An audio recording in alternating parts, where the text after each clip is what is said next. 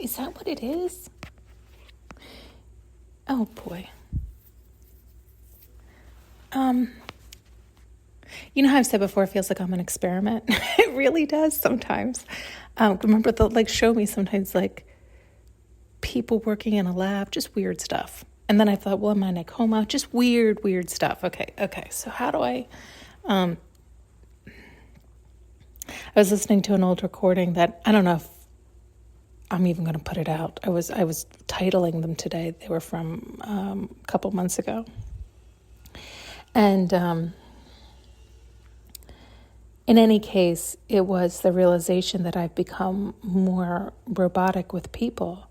And I thought, isn't that interesting? Because I'm not in contact with them and I don't have human love in my life. I just converse with the universe and my guides. It's like we've talked about this before. The amount of isolation is insane. It doesn't even compare to COVID. It's insane. And yet no reason for it. I can walk out my door. But I've noticed when I do engage with others, it has become more robotic. And so anyway, in listening to this old recording, that was really funny. I was joking oh God, I really need to be around live humans more. It's like I'm out of practice.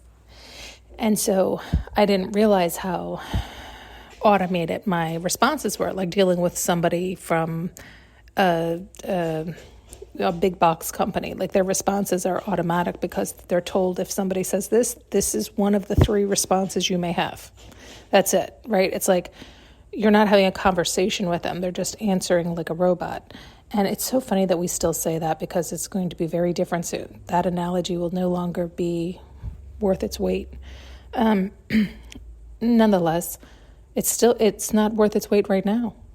I need to come up with a new, an old robot, I suppose. Anyway, I was oh, is that the experiment they're doing on me, right? It's and meaning I'm doing it on myself. I'm well aware of the nonsense of all this, so just try to hear it through. It's the more isolation we are as humans, we do become more robotic. It's we become hardened. We become without love in our lives with other humans. It's the idea of don't they do tests on that with children? Or didn't they do that with monkeys? All these tests where when you rip away the mother or the love or this kind of thing, they don't thrive. They start to die. If you put babies in isolation, it's horrific. And who would do that? Who would even think to do that? And yet, I guess many of us have experienced that. So it's showing in a scientific way that love is needed. And that care, that nurturing, that they're not all alone in the world. And as adults, because we know this and because we can make the choices we make, the result of not fully engaging in your life with other humans, it is kind of in Revelations where you can become bitter. I have to look it up. I always say bitter because remember for a while I was tasting vinegar and I was oh God, please don't make me bitter. Don't make me bitter. But I know there was more than that. There's more than just bitter. But you can become hardened, and it's not even how we perceive, at least the feeling that's been coming through. It's not how we perceive bitter. I think I perceive bitter as angry, seething, bitter, angry, that that's what I think of when I think of somebody who's bitter. That's not how it feels. I just mean hardened as in a shell. Actually, no feeling. That's what it feels like. No feeling. It removes all emotion. You don't care any which way. So you're not putting on a happy face to put on a happy face to make somebody else comfortable. You don't care. And you're not getting angry because somebody's trying to ruffle your feathers because you don't care. You don't care. You don't care. Any which way, you don't care. You become like a robot. You become more of a shell where you just start responding. You just answer away, right? Like when you isolate yourself and for too long, you become, it's like emotionless. Because you're so used to observing your own emotions, you start to observe others' emotions, and you're just, it's like watching the ego dance around.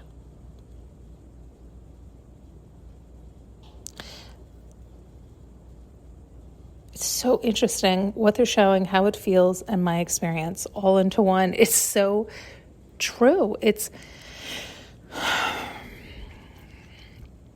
So is it my heart is so big, or my ego is so big, or both? Meaning, it's almost like I should have broken by now, or I should be bitter by now, or I should be a shell by now, or I should be, do you know what I mean? Like it's been such an extended period of time. So what does that mean?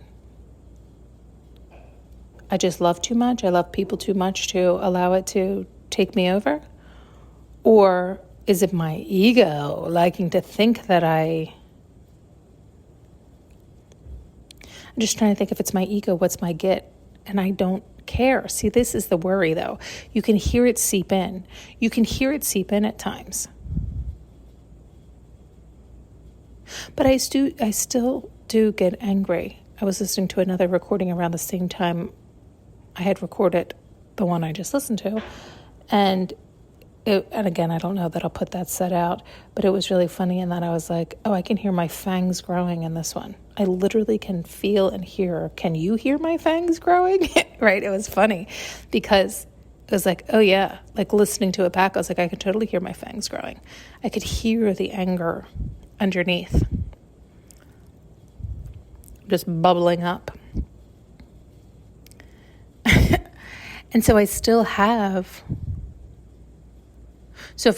a range of motion, does it mean I have heart, or does it mean I have ego, or does it mean I have both? Did the experiment go wonky? Did it go bad? Right? Did somebody? I'm half joking. I am joking, but at the same time, sometimes it does feel like that.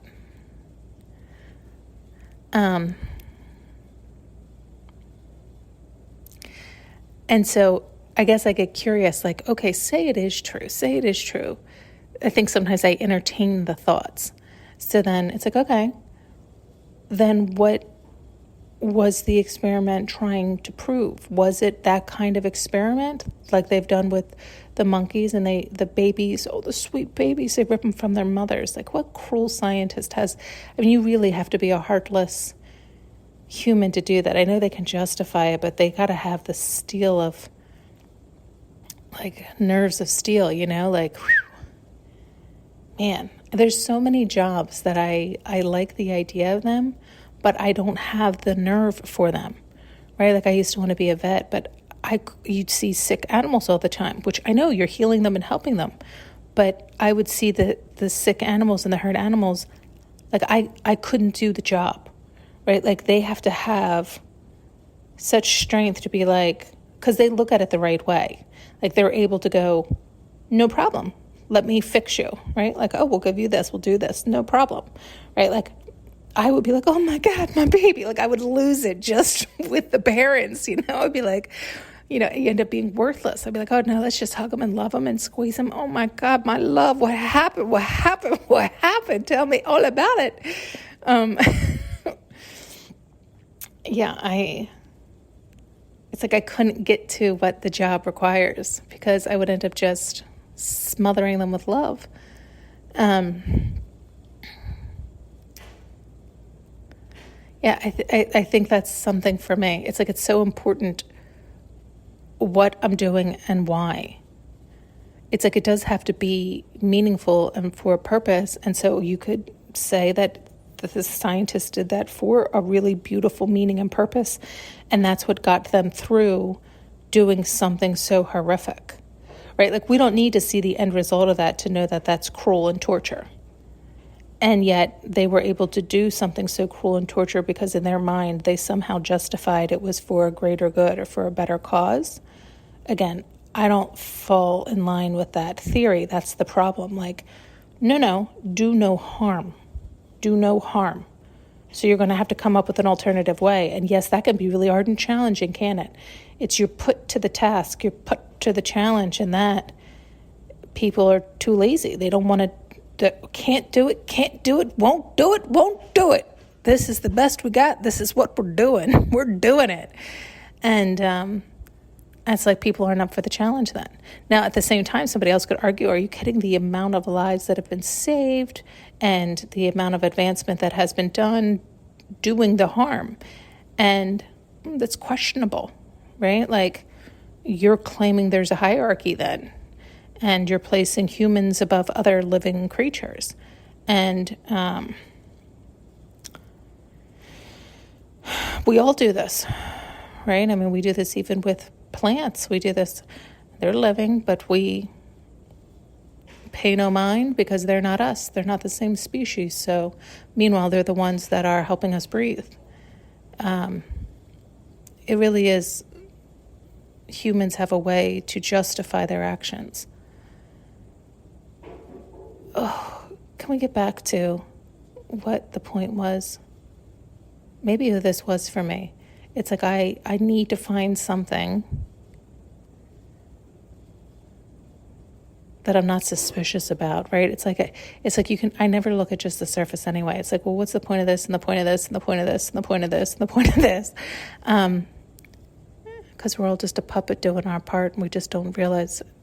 So it's like I need to find something that I love to do, that I'm good at doing, that isn't causing anyone else harm, but also is productive, right? Like, we all want that purpose. And it's more than for significance. It's to give in other words, it doesn't have to be for others to think, but it's for ourselves. It's like for ourselves to feel like we're not just sloths, right? Yeah, I maybe this one is just for me. I really need to find that it for me. It's like there's so much I love, but as soon as I play the devil's advocate, or as soon as I see it is often like that, isn't it? Sorry, they're showing it is often like I'll see the end point and get so excited to go run into the end point, and then it's like boing, boing. It's like you run right into the glass wall because you're like, oh, well, shit, you have to do this, and this. So let's just use the same simple example for me. Say I was like, oh, I love animals and I want to work with them and I want to be, let's just say I want to be a vet. And so then you see the end goal of healthy, healed animals. They're all set to go, off they go, happy as can be. But it's like, oh, wait a minute, to get to that point, that means you're going to have to put needles in them sometimes, or you're going to have to do this or do that. And it's like, oh, no. That's probably because it also bumps up against some of my beliefs, right? Like I'm not a huge fan of a lot of modern medicine. I think modern medicine is beautiful for emergencies, but we use it like it's candy. And I think that has caused more damage than good. So it's like butting up against a belief. Maybe that's what they're showing, the boing, boing, the glass ceiling. It's like so many things I want to do, but I have beliefs that stop me. That's what they're showing me. There's so many things that I love, but I have beliefs stopping me. Isn't that the truth for all of us? Because our beliefs are simply our right and wrong and what we're regurgitating. And so it's also like, okay, it's fine. So you can, that's not the only way to help animals, right? It's not even my belief that it's helping animals. So, it's like if you loved animals, you could open up your whole new idea or invention of how you could assist them, right? I'm using this as a silly example, meaning I probably could come up with a better one if I had more heart in it. I love animals, that's it. It's the idea of like, I would love to just hug them, squeeze them, and kiss them and love them, and then go on your merry way. I want to go do something else, right? Like, this is the problem. It's like, I just want to love everyone and everything and flow through life that way, because there's nothing that seems to like, there's like no one thing I want to do all the time other than love. What is wrong with me?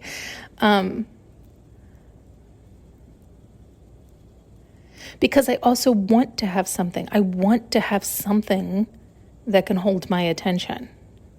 This is why we've talked about it in the past. I think that's why for the longest time I really wanted a partner, but a partner who was there with me, that I could pour love onto, but I could also feel love back, right? Like, there was presence, there was engagement, it wasn't just me dumping a bucket onto somebody, right? Like, this idea, like enjoying life with another.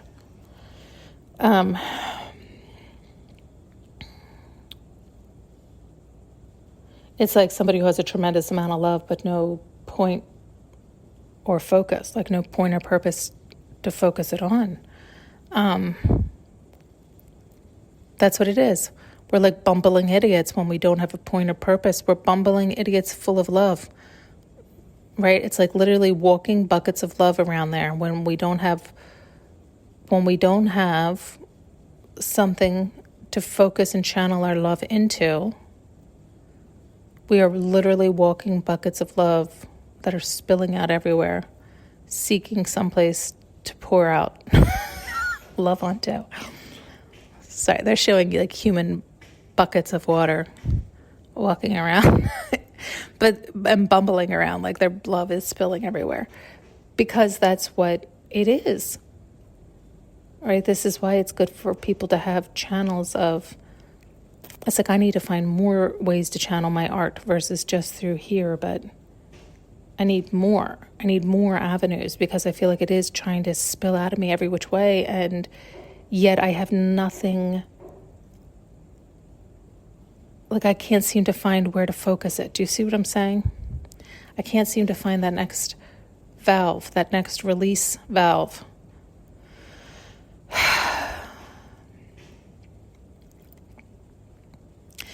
Are you also showing me this is what the problem is going to be, the problems to come?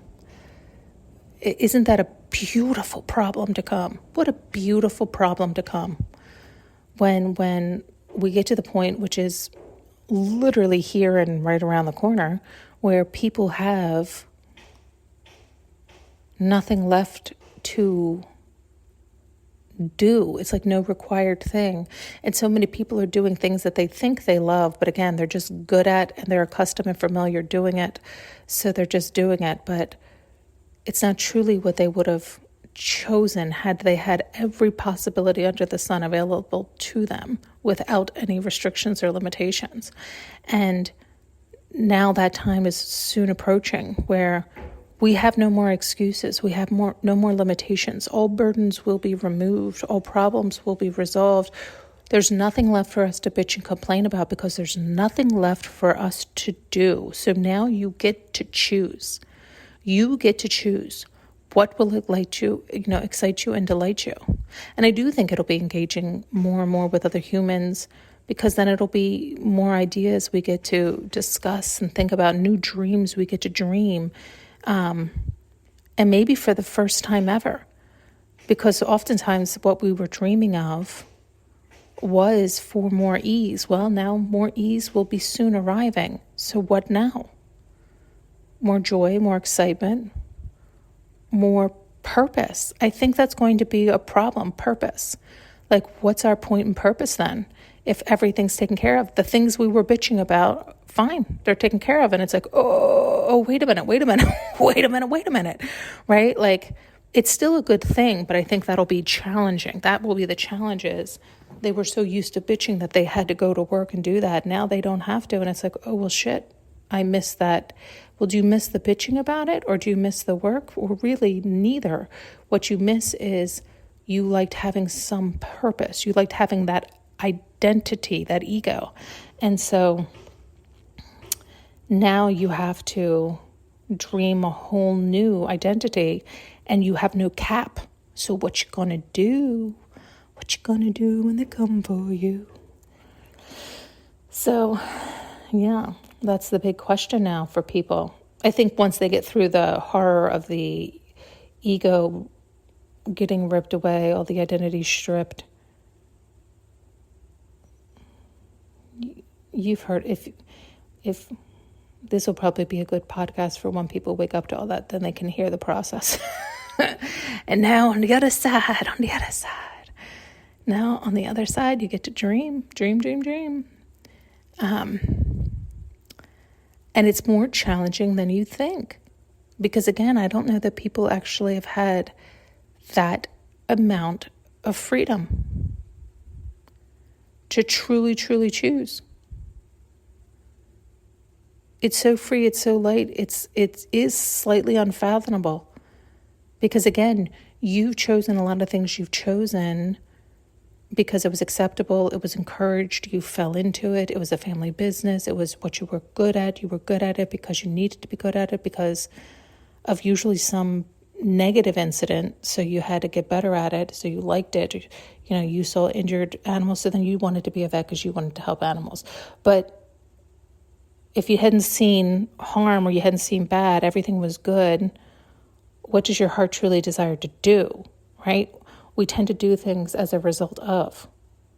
Well, if there is no result of, right, there is no problem. There is no problem. Everybody's healed, everybody's fixed, everybody's whole, everybody's dropped their ego, they dropped their identity.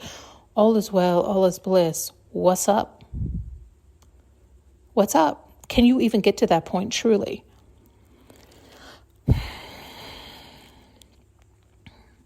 You're nothing and no one. None of it matters. What would you do? And maybe people would say for a long time they would do nothing and they would float in that bliss of joy and peace and ease. But that usually is only for so long.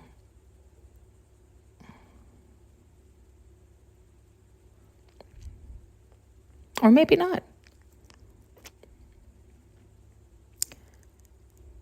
Do we just become consumers if the robots take care of everything? I just feel like, I just know for me, it's like, no. It's like it becomes gluttonous.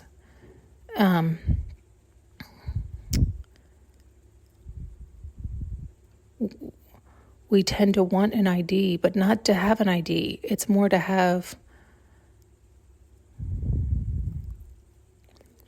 It really is more to channel our love with intention, right? Like channel our focus into our joy, like of joy of what we're doing, what we love. And we like to create. I mean, that's the point of creation. We like to create. So I'm just sitting here watching a scene they're showing me, and it's like, on one hand, people are like, yeah, that's why we're channeling our love or point of focus onto our family and our friends. And yes, all of this is very true. I think it'll be much more balanced in the, quote, new world, like once we get on the other side of all this. Absolutely. Yeah, and I'm also suggesting, even with the beauty of the simplicity of that ease and everything's cared for us, and the beauty of loving one another and cherishing one another, there is still the desire in most all of us to, I shouldn't say that. I know it's for me, but I just feel like I'm not abnormal. I think I'm part of the mass, right? So it's like I feel like most will want some form of art. Like they'll have to figure out their thing that they love to channel their love, because we want to co-create, right? So we, channel that into something and create with the universe. Even if it is for our own pleasure, meaning it really is just for our own pleasure, meaning you no longer need to worry about being important, like providing for your family. Like if we get to the other side of all that and it's all taken care of, So there doesn't need to be the competition or the worry or the concern or the fear or the, no, it's all taken care of. Okay, so then what?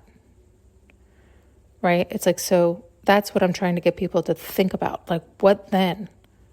We're just so used to falling back on excuses. Well, I have to for my family, or I have to because of this, or I have to because of blah. It's blah, blah, blah, blah, blah. Like all the reasons why we can't love ourselves and do what our heart desires. We have every excuse under the sun.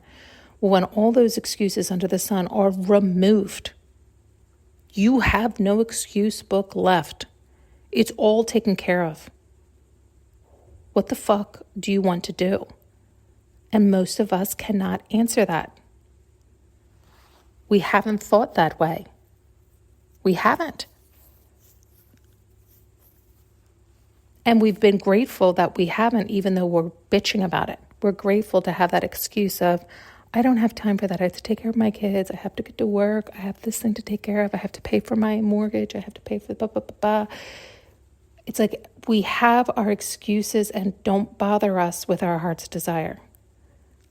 Well, now we're bothering you because it's going to get to the point where there are no more excuses. Maybe we won't see that in this lifetime. I feel like that'll happen in this lifetime, but maybe this will be the lifetime of everybody dropping their ego and dropping all their identities out of force, out of sheer reality of it gets stripped away. They're no longer needed. They no longer are required. Their services here are no longer needed, no longer need the vet, no longer need the lawyer, no longer need the doctor, no longer need the barista, no longer need the shopping clerk, no longer need anything, top to bottom, no longer needed, handled, taken care of. What's next? Everybody gets a stipend, everybody's taken care of, the money's no longer an issue. All this stuff wiped away. Okay, now what? You literally have not an excuse left. The world gets set up how you deemed you want it. What is your heart's desire? People don't know. It's almost there. It's like it is such a scary or daunting thing to think about because it also allows you to recognize, oh, you have been hiding under a bunch of excuses. Yeah. And again, I feel like there'll be a time frame where people will be like, what are you talking about? I'm sitting on the beach. I'm partying with my friends. I'm whatever. Yeah. That'll get old quick. Think about that even when you go on vacation. Some people only go away for a certain amount of time and they can't wait to get back because they're so used to the rigmarole. It's not that they even want to. It's like they're just used to bitching and complaining and getting up and going to work and bitching and complaining. It's like, oh, I just need to get back to that comfort zone. They got their little refresh of 2-week life break to run back into that. All that's stripped away. What do you want? Oh, is that it? Sorry. Oh man, that just hit. A lot of people, it's the whole worthy thing. A lot of people really don't think they're worthy. It's what made them feel valuable.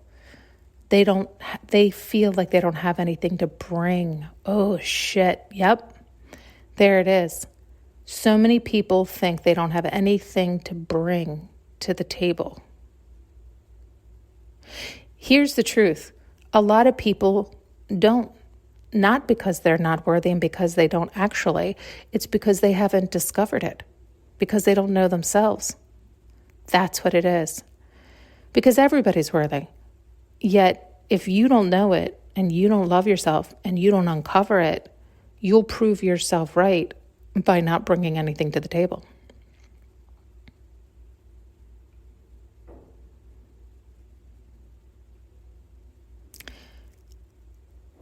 So their ego will still get in their way. So it does go back to the same thing that we've talked about so many times. It's like the new world will be split. It will be cut off. It will be those with an ego and those without. It's those without the ego will survive. Those that can fully embrace themselves, fully love and accept themselves and understand what that means. If they can really release that ego, that identity. They're no one and nothing. They're no greater or better or worse. Their inherent value, their soul, is what brings their worth. How much do they love themselves, honor themselves? How much are they able to be themselves? How authentic are they? Can they discover what they truly love to do?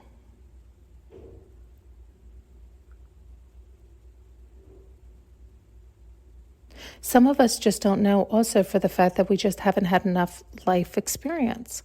We haven't tried enough things, enough skills, enough talents, enough hobbies, enough games, enough sports, enough anything. We haven't experienced them. We haven't tried them. And they haven't necessarily caught our interest, but because it's always been the excuse of who has the time, or because they haven't had the time because they've been working so much or taking care of their kids, they haven't even noticed it. And even if they did, they're too fucking tired. So it's easier to just watch others or listen to others say they love it, but never try it themselves or engage in it themselves.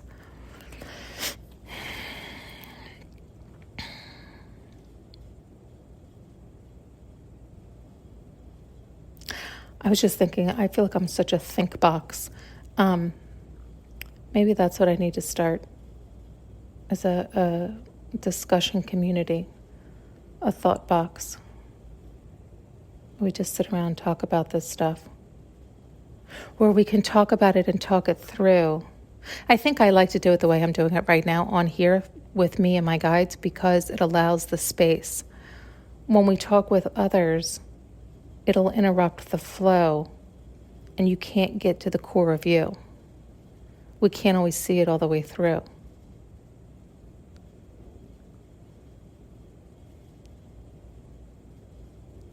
Yet it's nice to have the discussion and thought of others when we can boil it down to one question or two questions to discuss that topic around, and then take that topic and kick it around for the next week or two before you come back and have progress on it.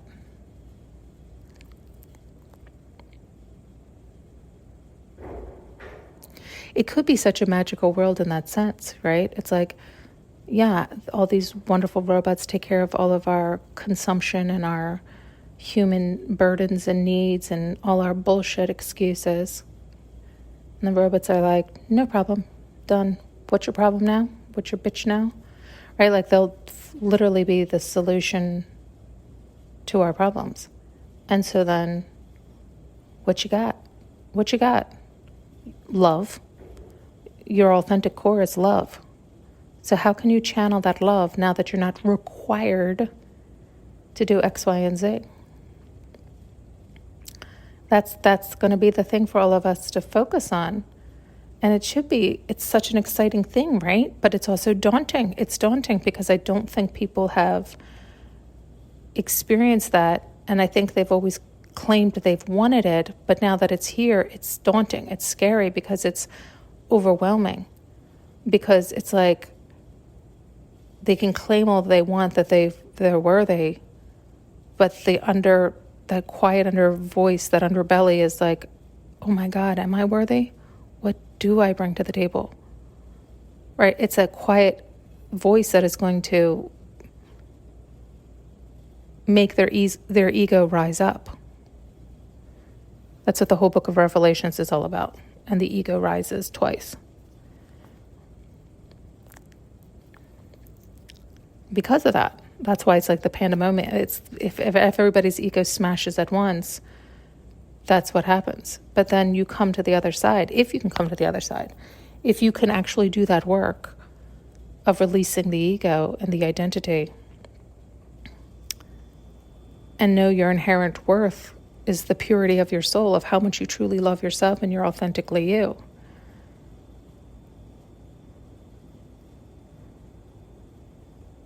And if you can accept that and swallow that, which again, I know can sound funny, but it's overwhelming to know how worthy you really are, how loved you really are, how much the universe really, really loves us and is giving us exactly what we're asking for. So be careful what you ask for.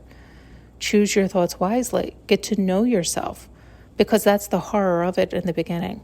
The horror of it in the beginning is what you're really asking for. You don't realize, because you have anger and seething and hurt and pain and wound. And so you don't realize you're asking from that state, from that space of fear, of wound, of hurt, of pain. And so when that is mirrored back to you to the point of you can't ignore it, it's shocking and horrifying, because you didn't see yourself as angry or bitter or whatever the case. And so that has to crumble away. That has to burn away. And that can be painful. That process can be painful, to allow love in, to know that you are worthy. God's unconditional, still loves you, can heal you, can fix that, soothe that ouch, and get you upright again.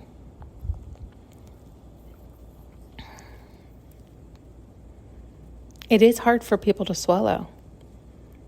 It is a tremendous amount of love. You feel that flood your... I mean, to this day, I still cry at times.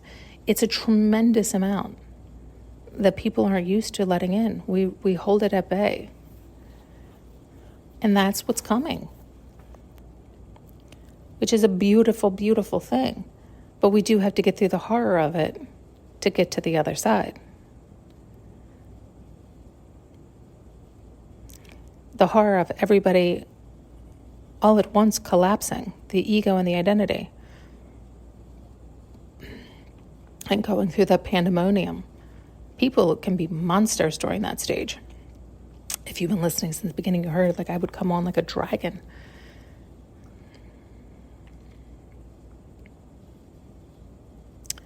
It's so interesting. I think that's what it is. That's why they kept saying revelations. Yeah, it's that. Okay, I'm going to go on for days. Yeah, well, 37 minutes, yeah. Thanks so much for tuning in and listening. You can now purchase an audio journey with me using the link below.